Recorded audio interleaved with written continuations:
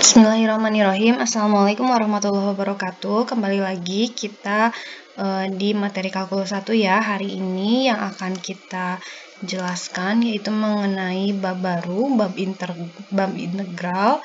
Tapi sebelumnya kita akan mulai dari pendahuluannya dulu ya. Nah, jadi integral itu awalnya idenya adalah dari luas. Jadi seperti saat kita belajar limit ya. Kita punya lingkaran, kemudian kita ingin mengetahui luas lingkaran tersebut. Maka yang paling mudah yaitu didekati dengan bangun datar yang sudah tahu gitu ya cara menghitung luasnya. Misalkan di sini kita dekati atau hampiri dengan persegi gitu. Namun tentu persegi ini adalah masih sangat jauh gitu ya untuk menghitung luas lingkaran yang sebetulnya. Nah, lalu langkah selanjutnya adalah kita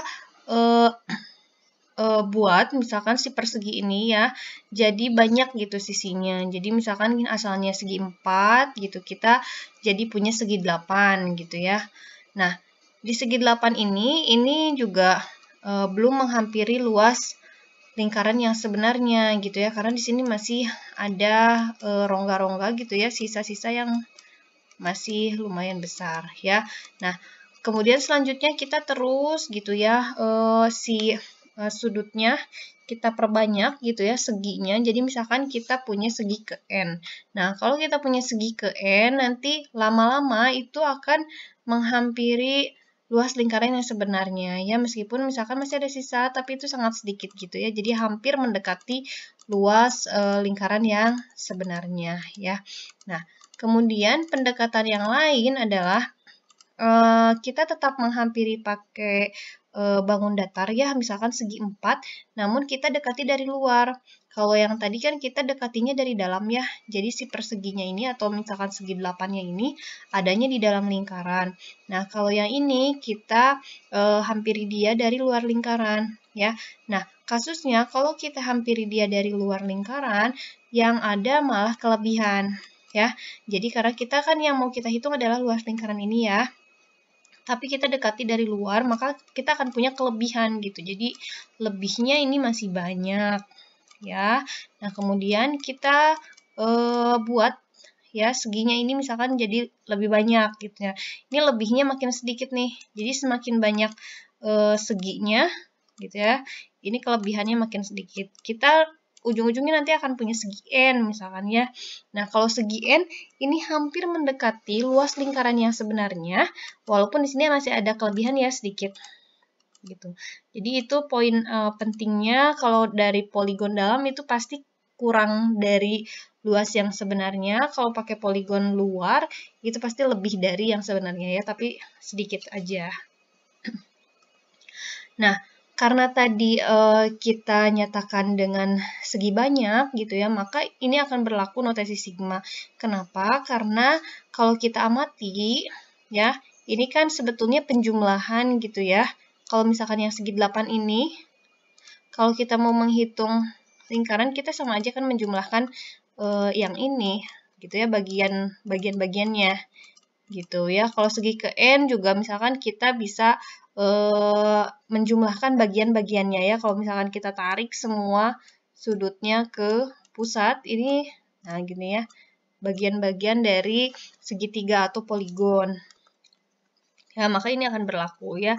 Nah, ini hanya teorema saja. Kalau misalkan si sigmanya itu dikalikan dengan skalar, kemudian operasi penjumlahan dan operasi pengurangan.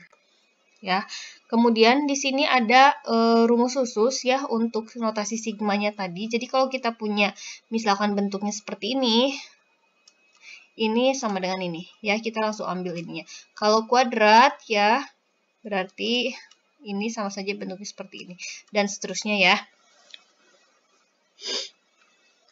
Nah, selanjutnya ini akan masuk ke pendahuluan yang integral tadi ya, integral tentu. Nah, kita akan memulai dari menghitung area yang dibatasi oleh kurva ya. Jadi menghitung luas di bawah kurva. Nah, di sini kita contohkan bahwa kita punya fungsi y sama dengan fx sama dengan x kuadrat ya. Nah, lalu kita ambil suatu interval. Intervalnya di sini kita ambil yang positif ya, dari 0 sampai 2. Artinya kita akan punya interval tutup 0 sampai 2.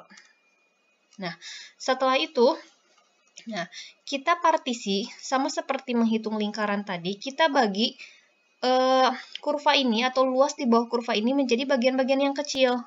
Ya, jadi misalkan awalnya kalau kita bagi 2, ini kan masih sangat besar gitu ya. Kemudian kita bagi misalkan seperti inilah ya. Dan seterusnya gitu ya. Saya notasikan ini misalkan X0, kemudian ini X1, ini X2, misalkan ya, kemudian yang pas di satunya ini X3, dan seterusnya gitu ya. Sampai di ujung interval ini di 2 dia adalah Xn. Ya, maka seperti yang di garis bilangan ini ya, kita akan punya seperti ini. Ya. Nah, lalu di sini ada suatu delta X. Delta X ini adalah selisih antara X yang satu dengan X yang lain. Ya, jadi kalau misalkan dari sini 0 sampai 1, ini kita nyatakan misalkan delta X1. Ya, kemudian dari sini ke sini ini delta X2. Nah, asumsinya ini kita nyatakan bahwa jaraknya sama. Jadi dari X0 ke X1, X1 ke X2, X2 ke X3, dan seterusnya sampai Xn-1 ke Xn ini jaraknya sama. Maka kita tidak perlu membedakan ya. Jadi semuanya kita nyatakan saja sebagai delta X. Tidak perlu membedakan delta X1, delta X2. Nah, kemudian di sini sama dengan 2 per N dari mana? 2 per N ini, 2-nya adalah dari X-nya. Ya, jadi X-nya ini kan dari 0 sampai 2, berarti 2 kurangi 0, gitu, 2. Ya, nah, N-nya ini dibagi dengan N partisi. Ya, jadi interval 0 sampai 2, ini artinya interval 0 sampai 2 atau 2 satuan, gitu ya, 0 sampai 2 itu 2 satuan, dibagi dengan N partisi. Ya, nah, maka yang ini kita bisa nyatakan sebagai ini ya. Di mana si X0-nya ini adanya di 0, kemudian si Xn ini adanya di 2. Pas di 2 ya. Posisinya ini selalu berurutan ya. X0 pasti kurang dari X1, X1 pasti kurang dari X2, dan seterusnya. Ya. Nah, maka yang tadi sudah ya. Kita ambil saja dari sini. X0-nya 0. X1-nya artinya yang tadi yang saya ceritakan. X1 kurangi X0. Dia berarti delta X kan.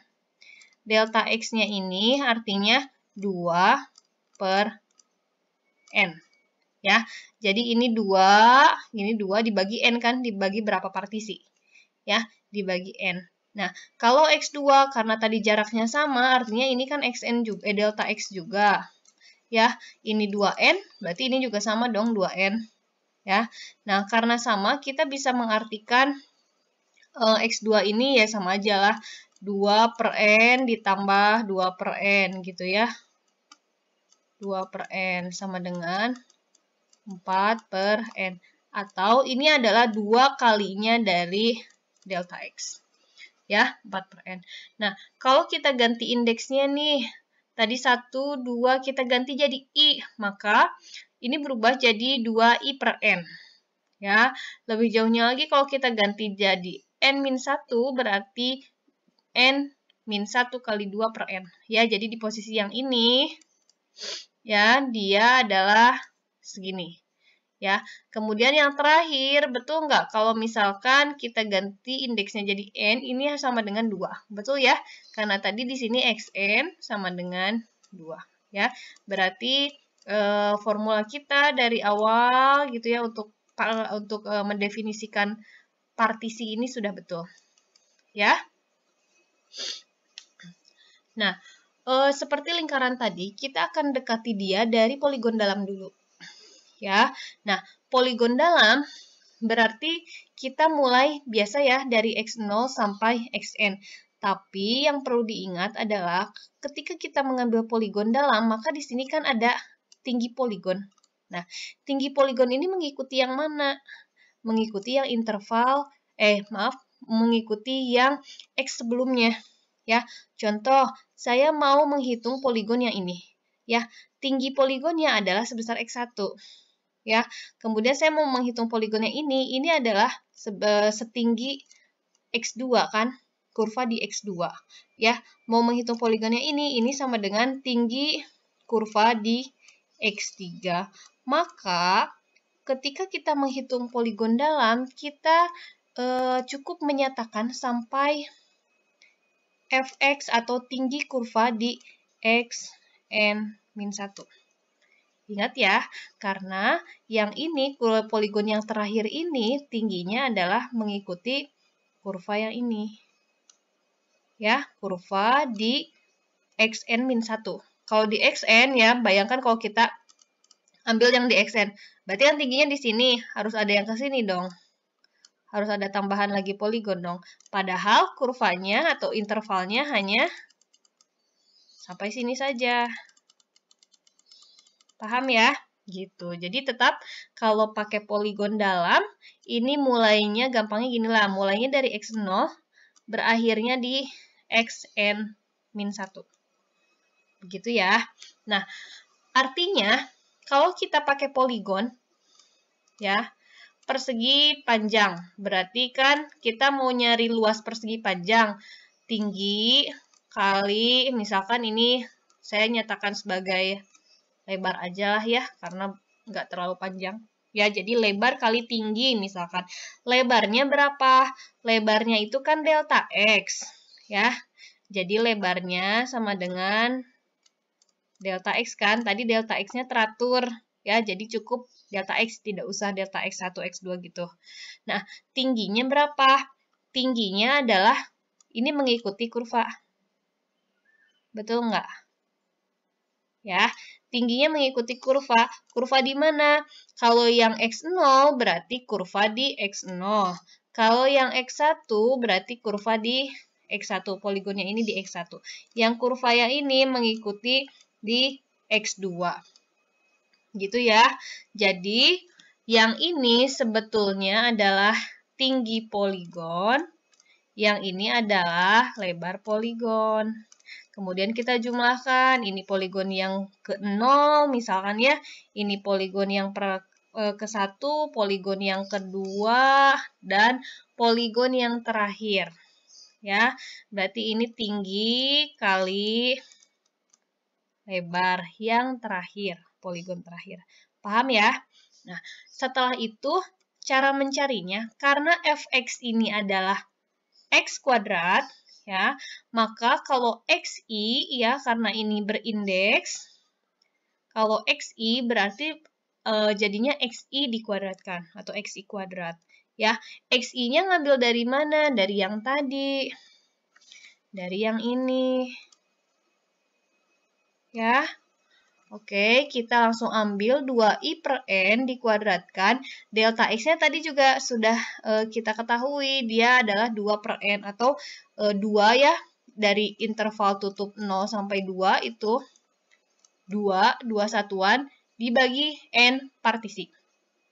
Oke, nah ini dikuadratkan secara biasa aja ya. Karena ini 2 berarti kan ada 8, i-nya boleh keluar gitu ya, per n pangkat 3.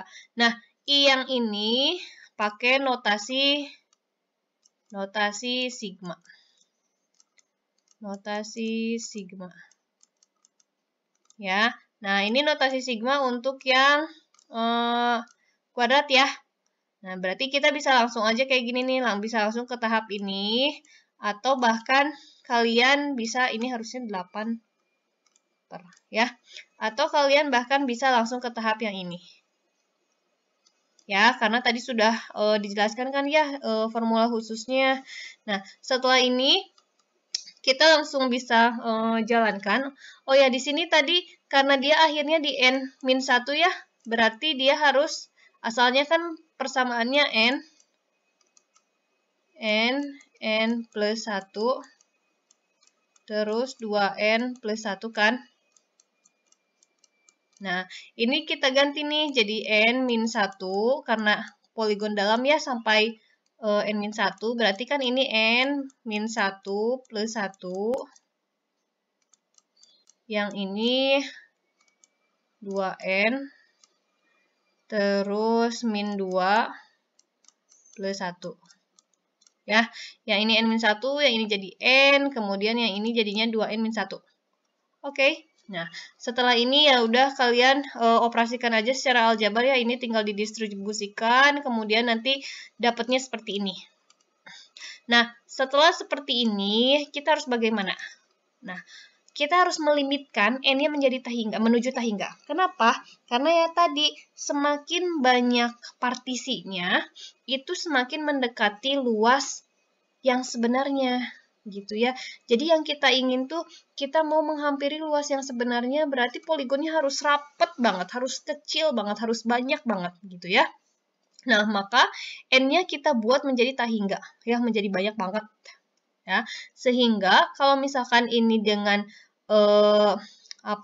limit menuju tahingga, ini kan jadinya yang ini langsung 0 ya. Gitu. Ya, sehingga jadinya 8/3 hasilnya. Nah, ini ilustrasi nih ya, mengapa tadi n-nya harus menuju tahingga. Jadi kalau misalkan yang pertama kita dengan kurva yang sama ya, ini y sama dengan x kuadrat. Ya, kalau misalkan kita bagiin jadi 7 partisi, ya, 7 partisi itu, partisi itu bukan poligon ya. Jadi partisi itu 1, 2, 3, 4, 5, 6, 7. Gitu. Ya, nah berarti ada 6 poligon. Kalau misalkan ini 14, berarti ada 13 poligon. 1, 2, 3, 4, 5, 6, 7, dan 10, 11, 12, 13. Betul ya? Gitu. Kalau misalkan 28 berarti ada 27 poligon ya. Jadi partisi itu beda sama poligon. Kalau poligon yang udah berbentuk kotaknya. Kalau partisi itu baru kita pecah gitu. Ya, kita buat garis-garis. Nah, kalau misalkan kita partisi jadi 7 ya, artinya 8/3 yang ini didapat dari yang sebelumnya ini kan n ya. Ini n. N-nya misalkan ganti jadi 7, ganti jadi 14, ganti jadi 28. Lalu kalian substitusi ke sini. Ke sini. Ya, berarti kan 8/3 min sesuatu. Ya, dikurangi sesuatu. Nah, ini berarti 8/3 kurangi segini. Ya. Nah, kalau misalkan R-nya ada 14, berarti kita partisi jadi 14. Ini pengurangnya sedikit. Ya, dan kalau misalkan kita partisi jadi 28, pengurangnya sedikit. Nah, ini tuh pengurangnya tuh yang mana sih? Yang ini. Yang bolong-bolong ini. Ini bolong-bolongnya masih besar. Yang ini. Ya, tapi kalau misalkan yang ini, bolong-bolongnya meskipun banyak, tapi dia kecil. Ya, yang ini gitu. Ini juga banyak gitu ya. Ini tapi makin kecil kalau dibandingkan dengan yang ini pasti jauh gitu. Paham ya? Jadi makanya kenapa harus n-nya menuju tahingga. Nah, sekarang kita lanjut ke poligon luar. Nah, kalau poligon luar, saya mau mulai dari yang cerita ini dulu ya. Nah, ini juga sama kan, ini tinggi, ini lebar. Nah, tingginya, kalau poligon luar, berarti kan keluar kurva ya. Nah, kalau poligon luar, kira-kira tingginya mengikuti yang mana? Mengikuti yang ini kan, misalkan kita mau menghitung poligon yang ini, itu tingginya yang mana sih? Yang ini kan, tinggi di X1. Yang ini mengikuti tinggi poligon yang kedua ini ya, tingginya di X2. Yang poligon ketiga ini, tingginya berarti kurva di X3. Dan seterusnya, sampai poligon terakhir, ini adalah mengikuti tinggi di Xn. Oh, kenapa kalau misalkan kita pakainya Xn-1, berarti yang kita hitung poligon yang ini dong. Yang ini. Ya, maka untuk poligon yang ini kita pakainya yang Xn. Nah, kalau yang di poligon luar, maka kita mulainya dari 1, akhirnya di N, gitu. Ya, cara kesininya sama, cuman yang beda adalah tadi ya, kalau tadi kan kita substitusi N-nya menjadi N-1 ya, karena akhirnya di N-1, kalau yang ini nggak usah. Ya, jadi sesuai saja kita tulis formula khususnya gitu ya. Nah, ini juga 8/3. Nah, perhatikan di sini ketika kita limitkan N menuju tak hingga, di sini tandanya plus sesuatu, ditambah sesuatu. Kalau tadi kan dikurang ya, dikurang sesuatu. Kalau ini ditambah sesuatu. Ya, maka kalau misalkan ditambah sesuatu, nanti berarti misalkan ini plus sesuatu ya. Nah, yang plus sesuatunya ini adalah yang kelebihannya ini yang di luar. Ya, kalau poligonnya makin banyak, ini kelebihannya makin kecil. Kebalikan. Ya. Gitu. Jadi kebalikan, kalau tadi mah kan kurangnya gitu ya. Kurang karena belum menghampiri kurva yang luas kurva yang sebetulnya. Kalau ini kelebihan, dia melebihi luas kurva yang sebetulnya, gitu ya. Nah, tapi yang kita jadi patokan adalah ini. Pasti ini 8/3-nya ini sama. Oke. Nah, segini dulu ya yang rekaman 1. Nanti kita lanjut rekaman kedua mengenai jumlah Riemann. Oke.